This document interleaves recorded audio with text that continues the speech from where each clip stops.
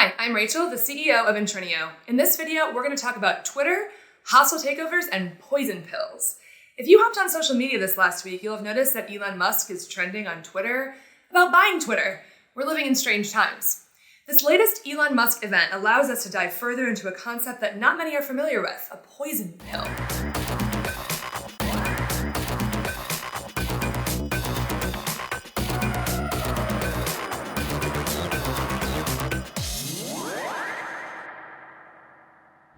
This was Twitter's board of directors' latest defensive measure against Elon's attempt at a hostile takeover of the company. So first, what is a poison pill? Aptly named, a poison pill is a defensive measure used by a company to fend off opportunistic, hostile, or abusive takeover transactions from an acquiring company or individual. Okay, strong move, but how do they work? When the news states that a company is using a poison pill to defend against a takeover, they are typically referring to either a flip-in or a flip-out poison pill. While both types of poison pills leverage dilution, they achieve this dilutive outcome in slightly different manners. So let's start with the flip-in poison pill. Once activated, a flip-in poison pill strategy permits the holders of the flip-in rights, in this case that would be the shareholders of Twitter stock, the right to purchase stock or debt of the target company, Twitter, at a discount to its current market price. These flip-in rights activate after a particular threshold of ownership has been met by the acquirer. Twitter's rights plan has set this threshold at 15% total ownership of their shares outstanding. Therefore, if Elon were to acquire 15% or more of Twitter's outstanding shares, every shareholder except for him would be able to buy newly issued shares in the company at a discount to its current market price. For example, holding one share of Twitter stock would give you the right to buy another share of Twitter stock at a 50% discount to its current market price. Issuing a significant number of shares at a discounted rate would wreak delusional havoc on Elon by requiring him to purchase even more shares in the open market to regain control. This greatly increases transaction costs associated with the acquisition.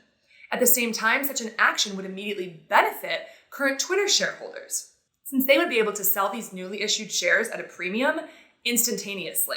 Okay, what about a flip-over poison pill? A flip-over poison pill has similar dilutive effects as its flip-in relative. Yet, instead of issuing more shares of the target company, a flip-over poison pill allows shareholders to purchase shares in the acquiring company at a deeply discounted price if a change in control of the target company were to take effect. For example, if Tesla, not Elon directly, were looking to acquire Twitter, then a flip-over poison pill would allow Twitter shareholders to purchase shares of Tesla at a 4-to-1 discount, which would severely dilute Tesla's market valuation post-acquisition and ultimately discourage an acquiring company from proceeding forward. So, why do companies use poison pills? The board of directors of every company owes a duty of loyalty to their shareholders and must act in their best interest, especially when it comes to preventing takeovers of their company or making sure that they're finding the best deal. To effectively perform this duty in the face of a takeover attempt, a company may use a defensive measure such as a poison pill to buy time. Typically, the board uses this time to evaluate the market for other interested bidders that might offer a higher acquisition price for the company and ultimately ensure that the company receives the best offer available. So what's next from Twitter and Elon? Elon's initial disclosure of his Twitter ownership sent the stock price rising over 30% in the following days, which is to be expected. However, after his announcement, the market didn't quite show the same excitement.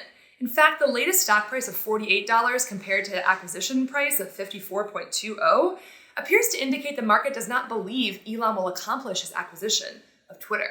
Without Elon's activism, the stock price may return to its 52-week low if the Twitter board of directors cannot demonstrate that they have a strategic plan to increase shareholder value that surpasses the Midas touch that Elon brings to the table.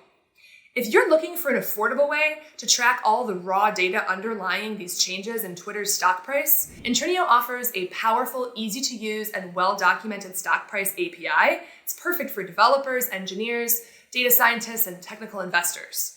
Click the link below to get a free trial and start pulling down Twitter stock prices in real time. So will Elon end up with the ownership, or will he and Twitter part ways in the near future? Anyone's guess is fair game, and it would be a historic attempt to swallow a poison pill given the prohibitive costs associated with such an act. That said, Elon knows how to mitigate prohibitive costs, and the richest man in the world might just set Twitter ablaze in more ways than one. Stay tuned. And if this video was helpful, please give it a like and subscribe for more fintech and financial data content.